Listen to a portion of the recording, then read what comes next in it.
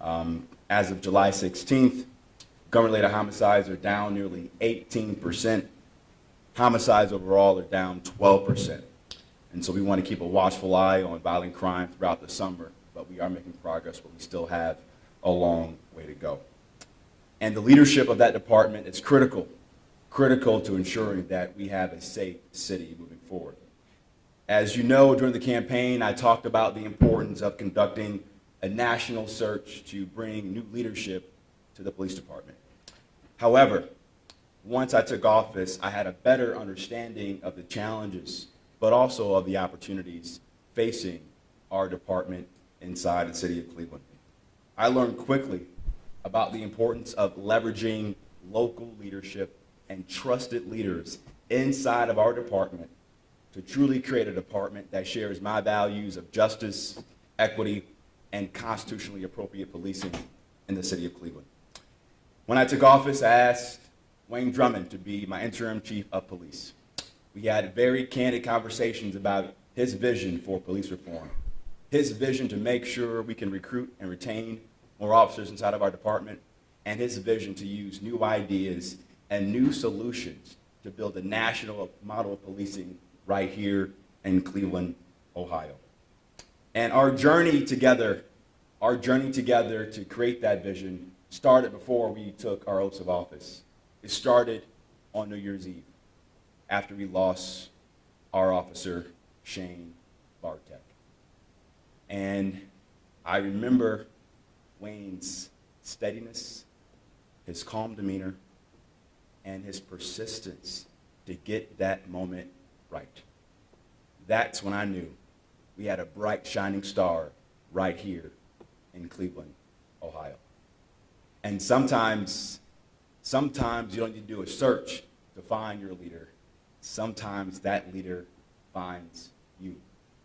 And ladies and gentlemen, I think we found our leader. Today, I'm proud to announce my appointment of Wayne Drummond to serve as the 41st Chief of Police for the city of Cleveland.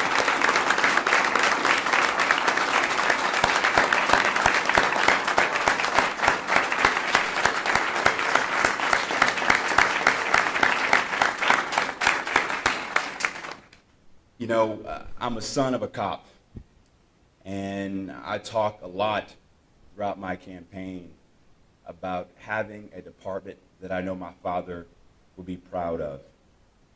Wayne shares those same values.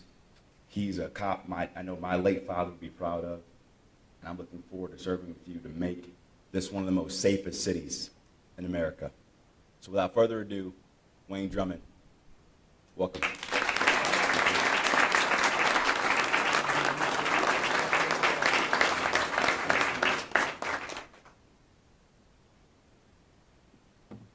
Thank you, Mayor. Thanks everyone for being here. A little nervous, I shouldn't be, but I am. I prepared a couple of words that I'd like to say. First of all, I appreciate Mayor Bibb, Chief Safety Director Howard. Where are you? Okay. First of all, having the confidence to select me as the next chief Cleveland Division of Police. I also want to thank my wife, my kids, grandkids, friends, in-laws, and my command staff who's surrounding the room here. I appreciate their support, and again, also their confidence. It means the world to me to have everyone here. That's important to me. Excuse me, this thing keeps blacking out, so my words will bear with me. And I probably should have my glasses on too. Yeah, Mom is right there, of course. When I started my career over 33 years ago now, in the first district as a patrol officer, which is on the far west side, I never envisioned that I would become chief of police. That was never in my thoughts. Chief of police, division of police. But here I am, 33 years later. And when you think about it, what you're looking at here is a kid born in Montego Bay, Jamaica, actually a little place outside of Montego Bay, which is the larger city, which is called Great River. Um, and I tell this story periodically because it's important. Here I am, pretty much kind of a little shack, if you want to call it that, a little house that my grandfather and grandmother lived in with my mother and my brother and I, three of us, my mother's sisters and their kids and so forth. So we're packed into this little shack, so to speak. And it's a little shack with no running water, no kitchen, inside kitchen. No toilets, outhouse. That's what I grew up in. That was my reality, our reality, and so forth. But my mom, back in the late '60s, came here to the United States of America for the opportunity, for not just her, but her three boys, to give us the opportunity to make something of ourselves, which brought us here to Cleveland, Ohio, East 95th Street, which, by the way, my mom currently still owns the house there, which I picked her up from this morning to bring her here. Just think about it. Again, kid from Jamaica. Here I am 33 years later. Product of the Cleveland Public School system. Graduate of John Hay High School. Go Hornets. And I know there's a JFK alumni to my left or somewhere. There's a JFK over there, Pastor Harris. I know he's a JFK alumni, but what he doesn't know is that back in '82-'83 season, we beat JFK for the city championship. I'll just leave it at that. I'll leave it at that. But again, here's the kid, and a proud graduate of the University of Toledo. So here's what you're looking at 33 years later, who, again, started my career on the far west side of Cleveland. Started to, obviously, take promotionals and so forth. Sergeant, assigned to chief's office, lieutenant, out in the district again, and back downtown as the public information officer. I had a lot of different assignments and so forth, which kind of prepared me for my journey to where I'm at right now. Now, I don't like to be long-winded, but I just want to paint a story. So if you can bear with me just a little bit. So again, it was a Paul part of the journey and so forth. And I have to say this, I think it's important, and I think the pastors here, I think they would agree with me. There's a faith base for me, and I can't separate the two from me being a police officer. I just can't. Through my entire career, and some may think it's hokey to say, kind of positioned me for where I'm at right now. I've had plenty of opportunities, folks. Plenty of opportunities. And some of who are my really good friends know those opportunities that I've had. But each time I didn't take those opportunities again, kind of led me to where I'm at right now. As the mayor talked about, and by the way, I think this is a very smart individual. I think he's surrounded himself with really good people, and he really wants to make a difference in this community and make us much safer than what we are, improve our status, not just for police, just for everyone. And public safety kind of starts with public safety. It really does. So I'm glad to be working with Mayor Bibb and his team. Again, I think he's put together a very good team. But like you said, our journey started together on December 31st, New Year's Eve, like you said, with the killing of Shane Bartek. It started there, a very sad situation, but the mayor was at the mayor-elect at that time, was at the hospital with us, which I thought spoke volumes for him to be there in such a tragic situation. He was steadfast. He said I was steadfast, but he was as well. And it was the passing of the torch. And I don't see Cal here, the former chief, but and I get emotional about it. Cal and I, during that time, and I consider Cal to be a mentor. There was a passing of the torch, so to speak. It was very subtle, because we knew we had to do a press conference. The last thing we want to do is get to do press conferences in those situations, but we have to as part of our responsibilities and duties and so forth. And I don't tell the story often, but I think it's important that folks kind of understand. Cal and I, Cal was still a chief at the time, and Calvin is a friend of mine. He was a chief still at the time. But Mayor Bibb had already named me as interim. So Cal came in and got me, we went outside, and forgive me for telling the story of Cal, because I know it's very personal, but I have to, because I want, again, just paint the picture. Shane obviously was killed. We were there with his parents and many police officers there to support. Cal came in, he took me aside, went outside the emergency room and so forth. And Cal just looked at me and said, "Wayne, I can't do it. I can't. I've been through a lot. I can't do it." And at that particular time, we just kind of hugged each other right there in the corner. No one knew it. No one saw it, because we didn't want anyone to see it. It was very private. He said, I can't do it, Wayne. So I took the torch, so to speak, metaphorically speaking, and I held a press conference, a very difficult thing to do concerning Shane Bartek. But I'm pleased to say that the person that killed Shane is in custody.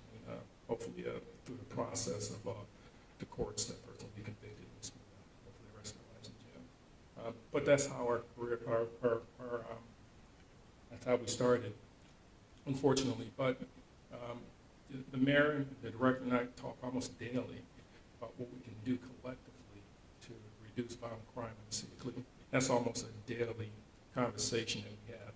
It's about leveraging our partnerships with the local, state, and federal folks, using technology. And the mayor, he's a younger guy, so technology is huge, and it isn't for us as well. So leveraging technology to help improve the quality of life for our citizens. But that goes with having quality police officers, men and women, the men and women that actually answer call for duty every single day. I don't want it to get lost, the importance of the people that we have working for the division of police. That's so important. We can't do what we do without them. And it's important that we support them when they're doing the right thing. And I can tell you unequivocally, the vast majority of our uniformed officers go out daily and do the right thing. So it's important that we support them because they come to work day in and day out, and I believe do a really exceptional job in trying to provide quality service to our citizens, to our residents, and those who come to Cleveland just to play and relax. So I want to make sure that we recognize the uniformed personnel, and I'm proud to serve them as their new chief. But it's a collaborative effort. There's a lot of talk about reform, police reform and so forth, and that's very important. And it's important to understand that the division of police that I started with 33 years ago is not the same police department as it is right now. It isn't. It's not the same police department as it was 10 years ago. This is a totally different police department, and I can say that without fair contradiction. You may have some people that say that it's not, but it is. I know. I've been there. I've seen it. I've seen it through reviewing of the use of force reports, how those numbers have gone down and so forth, complaints and things of that nature.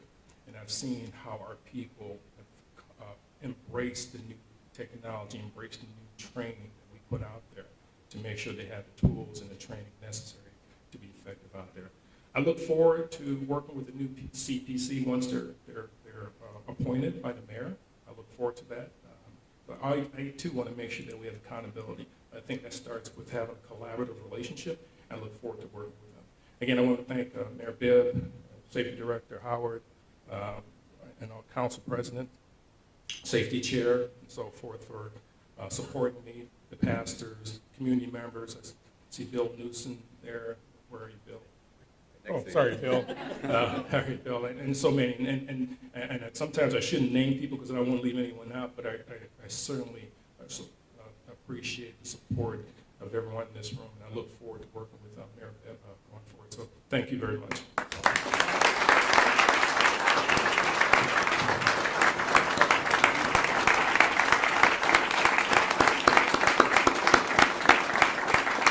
Now you see why I'm so excited about Chief Drummond. We'll take some questions, if there are any. Courtney? At the beginning, you talked about how you were talking to the national search, and as you got into things, you saw the value in the department. Can you talk a little bit more about what that value, what does Chief Drummond bring to the table, given his experience?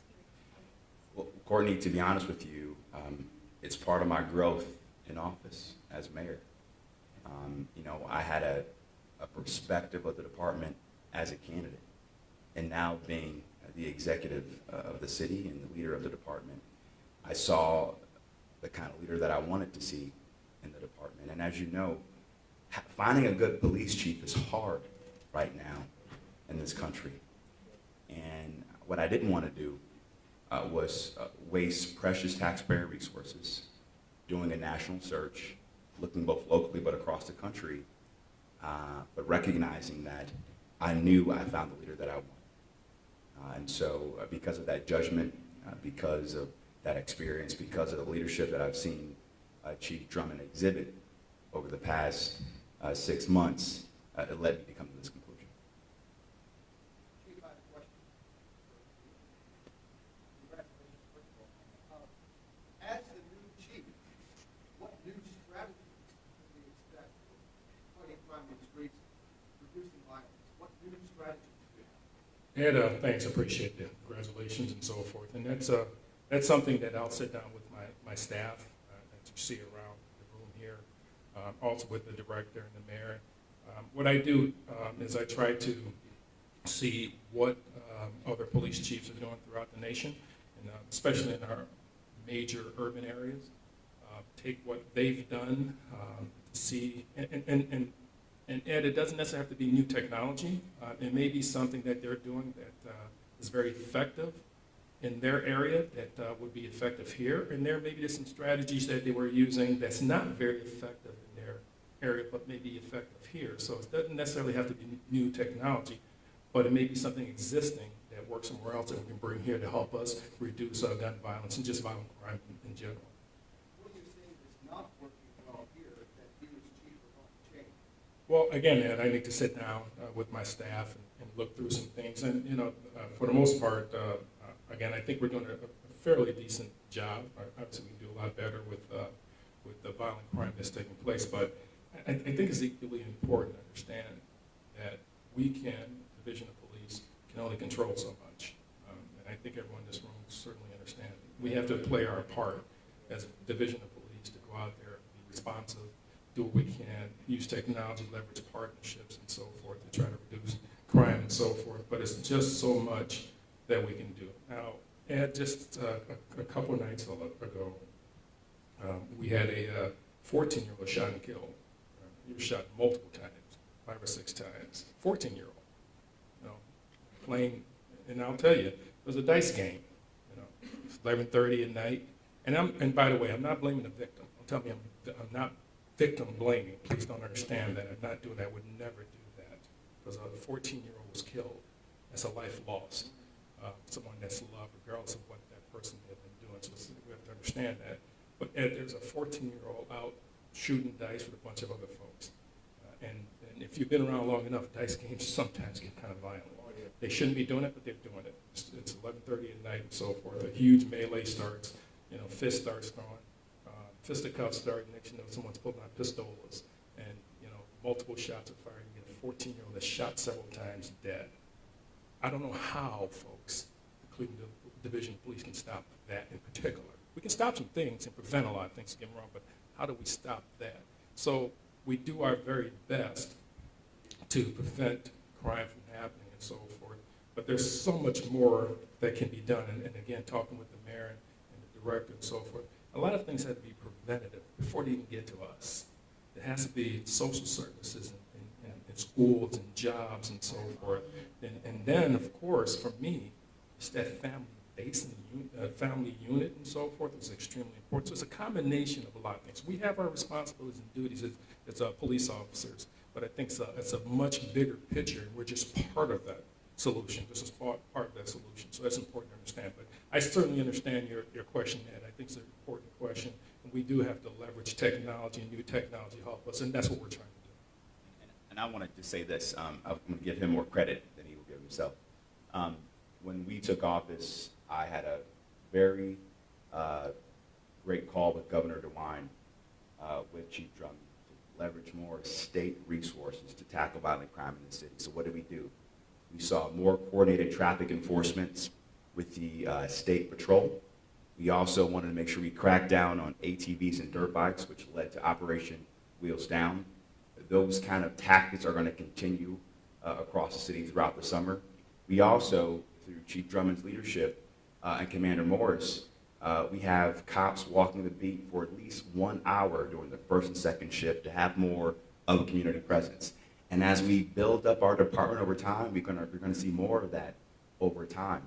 We also know about the importance of enhancing the culture of the department. And so one thing we did was, number one, let's allow our officers to wear ball caps. Basic, small cultural things to boost morale. So we're looking at every option we can to have a department that boosts morale, but also keeps our community safe and secure long-term in the city of Cleveland. Yep, Drew.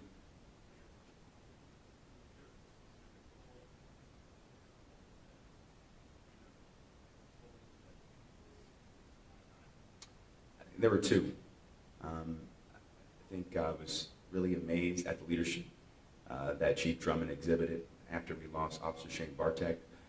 But I say secondly, when we had a press conference outlining our plans to tackle violent crime as it relates to the proliferation of guns, I saw the humanity that Chief Drummond brings to this job. He is not a politician. He is a public servant. And in policing, now more than ever, that's the kind of leadership that we need. And after that press conference, I knew that I found my leader. Isabel? Yeah.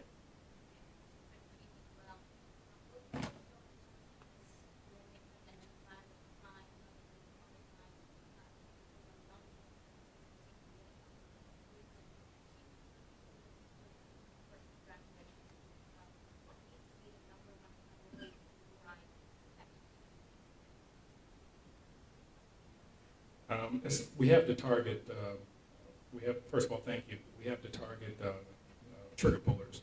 Individuals are out there carrying illegal weapons, or individuals that shouldn't have weapons, who are prohibited from having weapons. We have to target those individuals, find our hotspots, and by the way, we know our hotspots. There's no question about it. Again, been on the job 33 years. Our hotspots are pretty consistent, unfortunately. So that we know where our hotspots are. So it's targeting those particular areas, targeting those individuals who we know are trigger pullers, getting them off the street, and leveraging, again, we've mentioned before, leveraging our partnerships with the federal government, which we partner with the ATF, FBI and others, U.S. Marshal Service, DEA, and leveraging the partnership once we identify these individuals, get them off the streets. And we would like to get them into the federal system, longer sentences and so forth, so they're out of our communities even longer. So my priority obviously is to continue to identify individuals in those hotspots who are trigger pullers, getting them out of our community and getting them out of our communities for a long time.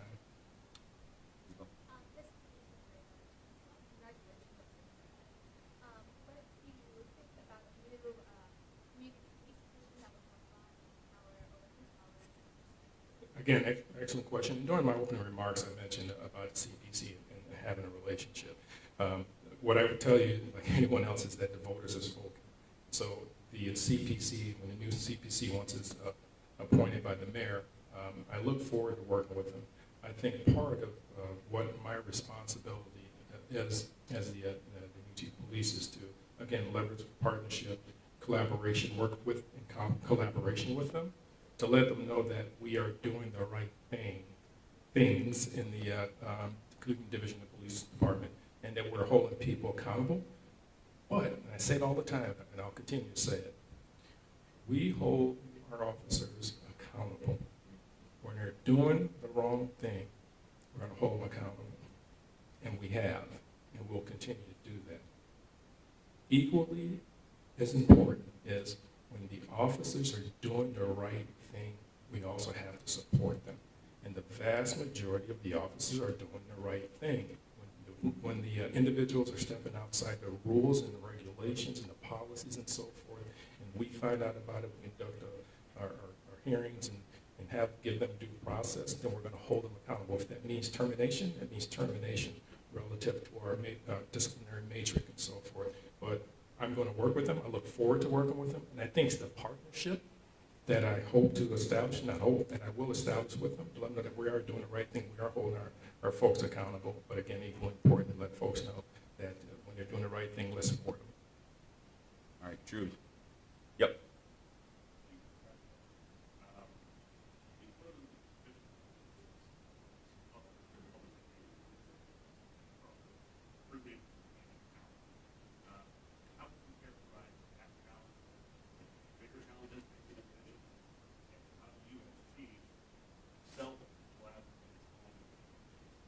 Drew, that's a great question, and that's something that's plaguing the Cleveland Division of Police, and not just the Cleveland Division of Police, it's all throughout the nation. You know, and here's an example for you, and I'm going to get to the retention portion of it as well. City of Columbus, just our neighbors to the south, you know, not even 2 hours away. You know, they just settled the contract and so forth, and down there, patrol officer tops out at $106,000. $106,000 is what their patrol officers top out at. They make more than our captains here. Just kind of give you perspective. They were up here trying to recruit our officers. So kind of give you the kind of a big picture of what's going on through the United States, where Columbus, where you can make $106,000 as a patrol officer, that's before any overtime, are trying to come up here to the city of Cleveland and steal our officers. I think it speaks volumes with the problem that's going on in the United States relative to recruiting police officers. I was just telling a story yesterday. When I started, or at least when I took the test to become a police officer many moons ago, there's about 4,500, 5,000 people that sat to take the test. One of the last tests we just gave, only 300 people put in for it. In order for us to put a class on, we need, put a class of 50 on, we probably need a couple hundred people to go through the list to get qualified individuals. So it's a problem throughout the United States. So we have, I think, a very good public safety recruitment team. We're trying to build on that, leverage our partnerships and so forth. And then that's one portion of your question, Drew. And the other portion of your question is retention, another thing. And it's no secret that we lost officers throughout this year and last year, primarily this year, to suburban police departments. So we're trying to do very small things, low-hanging fruit, so to speak. The mayor mentioned one about ball caps, something as simple as ball cap.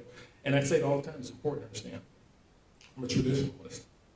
I am a dinosaur when it comes to police and policies and uniform regulations and so forth. That's just me. However, I'm also a progressive dinosaur. So it makes sense. So that's why I allow the officers to wear the ball cap. And that's a decision on the chief of police, not the mayor, not the safety director. That's the chief of police that has that authority to do that. Coupled with, and again, I'm a dinosaur, so this was difficult for me, but I know it's the right thing to do. Relative to retention, what you're talking about, beards and tattoos. If you see me, I'm clean shaven. That's just, I can't really grow much hair, so but that's a different story. But that's important for our officers. When you look around the United States, that's where it's going. And our young folks and so forth, tattoos and beards and so forth. And again, that's the decision I just made, vetted the policy and so forth, implemented the policy a week ago, and you'll see officers now with tattoos and beards and so forth. And again, something I struggled with, to be honest, but I know it's important. It's important for retention. It's important for recruiting and so forth. And there are other things I'm doing that's just really small things, but really important for officers as far as retention. And there are other things we're trying to do. Their financial package, obviously I can't talk about contracts and so forth, I think will help as well.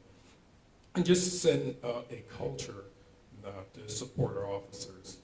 I think a part of our problem, Drew, I think even with hiring and retention, is the culture, unfortunately, in society in general, when it comes to law enforcement and law enforcement officers in general, it's a vilification of law enforcement officers, and I think that's part of the problem as well. Again, I've said it and I'll say it again, vast majority of officers do the right thing.